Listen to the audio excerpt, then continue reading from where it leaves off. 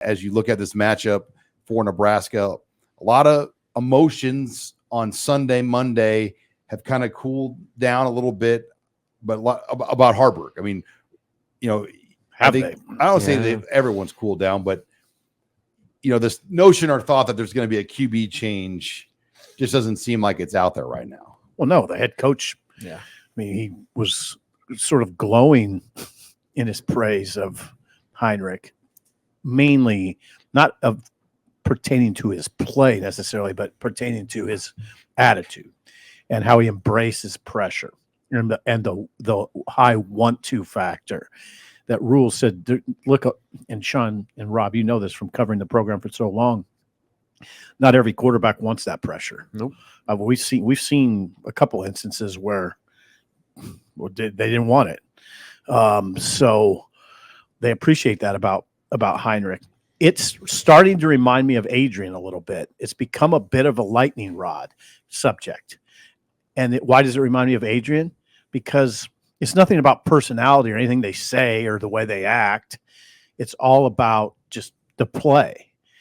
And I mean, Adrian was as big or as most like intense a lightning rod player as you'll ever find with Taylor gives it a pretty good run though. Yeah. But yeah, Adrian was interesting to me always because he was such a benign personality. And so is Heinrich, but it's becoming lightning rod a little bit. Yeah. The subject. And a lot of it, I think, is more just the situation that Nebraska's in right now. His first true loss. And, his flaws have become more and more obvious. The turnovers, the lack of downfield accuracy, now like his own admittance, he's not running the same way he was earlier in the year. And so like those types of things are now probably more under the microscope than ever. And then you add a loss behind that, and that magnifying glass gets even greater. So that, that's just comes with the territory though. I mean, like you got to know what you expect, especially if you're a Nebraska kid. I'm sure he criticized a Husker quarterback or two in his days growing up. So he understands. And, I think that's kind of where his overanalyzing comment comes into play, where like he's trying to do so much to be the quarterback everyone wants him to be, where for the here and now, he just got to be himself. Think about it, though. Every quarterback at Nebraska, to some level, has dealt with it. You even had Tommy Frazier and Brooke Behringer, that debate. You had people wanting Frankie London to start over Scott Frost. Crouch. You had the Crouch Newcomb debate back in that whole era, really from 98 to 01, how that kind of battled back and forth. Jamal Lord, Mike Stuntz, Kurt Dukes.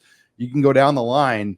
Joe Daly and whoever else on that Callahan team. Harrison Beck. Zach Taylor was probably the only – now I'm thinking out loud to you guys. Okay. Zach Taylor is probably the only guy that I don't recall over his 2 full years as a starter where people weren't crying for him to be benched. Now, Harrison Beck was on that bench. Yeah, nobody was crying for that. And nobody was crying for the throw god to go in there. That's his – easy. You're going to get targeted. Hey, that's his TikTok name. Hey, who is Zach throwing to?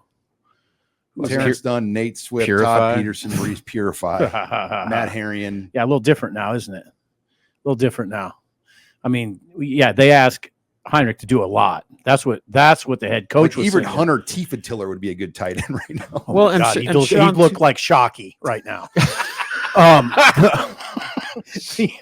Tiefentiller reference, check. Hunter Tiefentiller equals Jeremy Shockey. That's another sip. I mean, they need playmakers around Heinrich, and that's what Rule was emphasizing, or at least talked about extensively on Monday, that they're asking Heinrich to do so much. Mm-hmm. I mean, we don't even think about it. I think because we're used to it because of Adrian Martinez. But man, it's just amazing what he's got to lead them in rushing. Well, it does lead them in rushing by a long way. Have you ever noticed that? Yes. Heinrich Haarberg leads the team in rushing by a long way. Okay. He also has to be a pinpoint passer. And he doesn't exactly have, he doesn't have purified Todd Peterson and Nate Swift to throw to, or Hunter Tiefentiller. He's got a good tight end. I would argue about the pinpoint because he's missing some wide open throws. Well, my point is, but to your point, his margin for error is so slim right now, just Right. because of the rate in which he and the rest of the offense are turning the ball over, the lack of, I guess, outside of Thomas Fidone, proven weapons, The at the pressure skill the O-line positions. allow. Yeah, and then Sean, Thank I want you to kind of rehash the Pro Football Focus grades from what Michigan State was able to do against Nebraska's offensive line, and to where, like, you go back and listen to Matt Rule's comments after the game, he wasn't dumping a lot of blame on Heinrich Haarberg. He said it was a collective issue, kind of hinting that the protection was maybe the biggest issue for them at all. Well, first of all, he does hold the ball a little too long. I think At times. and some of that's because receivers aren't getting as open because people are dropping 7. And we know that because on 37 pass drop backs last week, Michigan State only blitzed once. Blitzing means bringing more than 4. So that means Michigan State had 7 dropped back on 36 of the 37 throws. On those 37 dropbacks, Michigan State produced 21 quarterback pressures. 21. The D-line, in a D-line itself, their front 4 going against Nebraska's 5-0 lineman and a running back chipping or protecting, they produced a combined 22 pressures. So there were some dropbacks where multiple players get in. And they do that with stunts and movements, outside moves.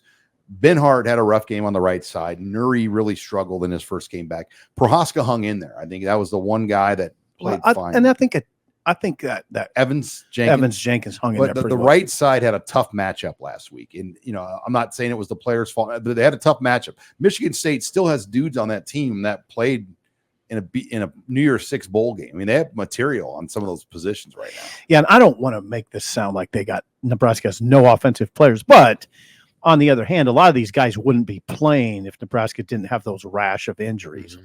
Top 4 receivers, top 2 running backs, a couple of linemen down. I mean, we talk about it all the time. I think you almost got to remind people sometimes. It's not so. Some of these guys just wouldn't be playing if Nebraska had its full complement of players. A lot of first and second year guys out there in starting roles now, and they're learning on the fly.